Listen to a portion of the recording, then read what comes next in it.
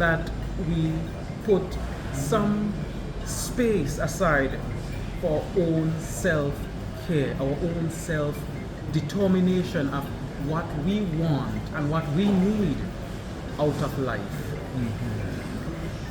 It's important as well to look into the connectivity between a higher power and our own mortal mobilities.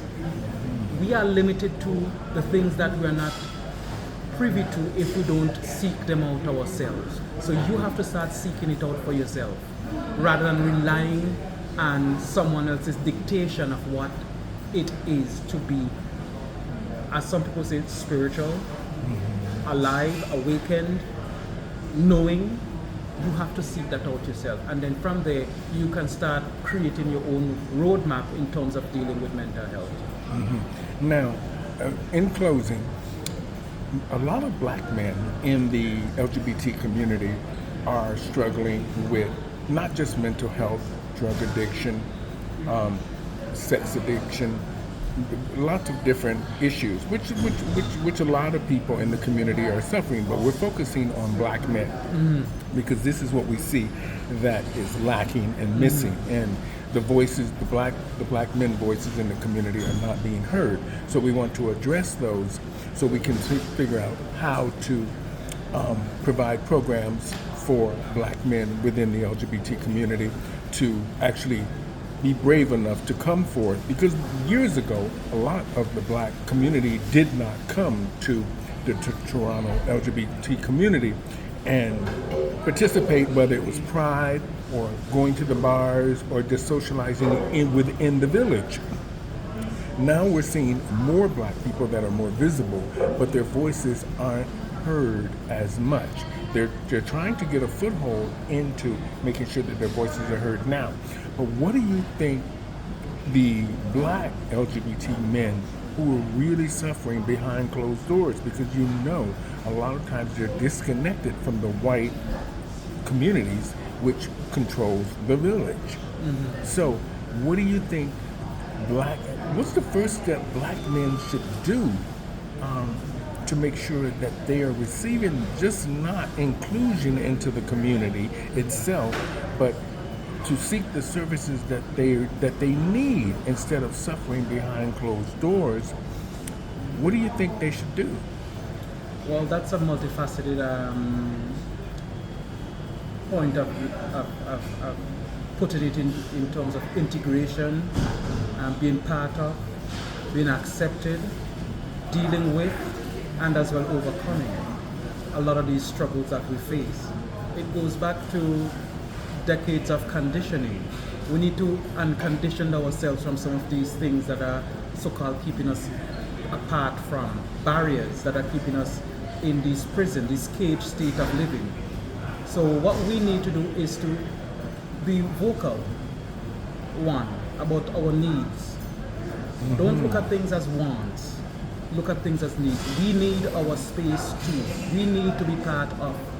If you're gonna label us in terms of living in a community or living in a community as being inclusive, let me feel like it is being done.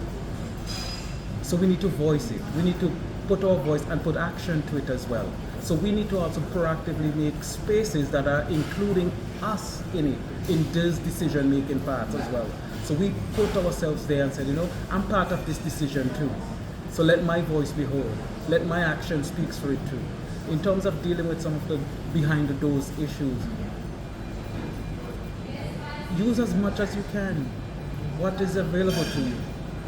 We are sometimes limited to certain things that are in society that we can use as tools to help us with some of these addictions. But the one fundamental thing I would say to people is that don't always blame yourself, because you're not the fault. You're not at fault for some of these things. Different circumstances conditioned us into certain situation that we find ourselves in. It's how we deal with it. Are we dealing with it on a moral level? Are we dealing it with a reactive level? If you're dealing with it reactive, it means that you just want something out of it for the temporary relief.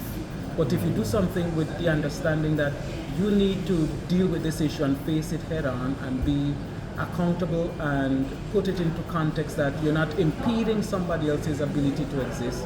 That's the most important thing you can do, is that you're not doing it to affect somebody else. What you're doing is not affecting somebody else down the line, but what you're doing is also just lending to the fact that your experience lends to someone getting over that issue or that problem that they have been facing, because they can borrow from your experience and said, you know what, I've seen this person do this, this, and this, and this, and then I could apply some of that technique to me so I can get over this issue. Just to touch on the issue of drugs, we all at some point have come in contact with it, but it's up to you as the individual to say to yourself, if I have somebody at my place, do I leave it out for them to see, or do I put it in a discreet place? But if they ask for it, be honest and open about it and say, listen, yes, this is what I do in terms of this, this, and this, and this. This is how I do it to safely get me through. You are lending yourself to that person, creating a positive idea about how to approach something that may be considered morally wrong or morally, in disadvantage to somebody. You're giving them the tool to say, I'm touching this with good intention so that you don't feel the negative effect from it. Okay. Simple. Wonderful. Now, I just want to say in closing today, I want to thank you for being on the show today in conversation with Larry. You've given us great insight into a lot of some steps we can take towards encouraging black men to seek mental health services and break down those doors so they can get into some of the programs that will benefit them here in Aligning Canada. themselves with things that will benefit them. That's the most important thing, is that not everything is going to align with you. And this is the facts of life. Not everything, because we all have different strokes when it comes to existing. But if you align with things that will help you get through a situation, then use it to your best advantage with good intention, so that at the end, the outcome is going to be good for you, but not stopping somebody else's from accessing that same services and getting the same result or similar result, because not each result is the same. They are similar in experience, but different, which means it's you. It becomes your experience, your sole experience that is working for you. So I just want to say thank you so much today for being on the show in conversation with Larry.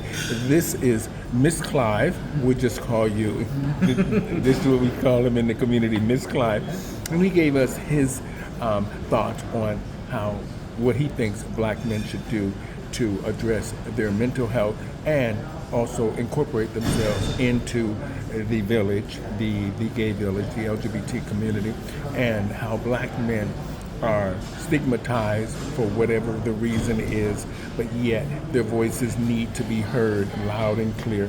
And it's very important for black LGBT men to be very visible. So I wanted to say thank you today for being on the show and giving us a little bit of your insight. And until next time, in conversation with Larry, Miss Clive.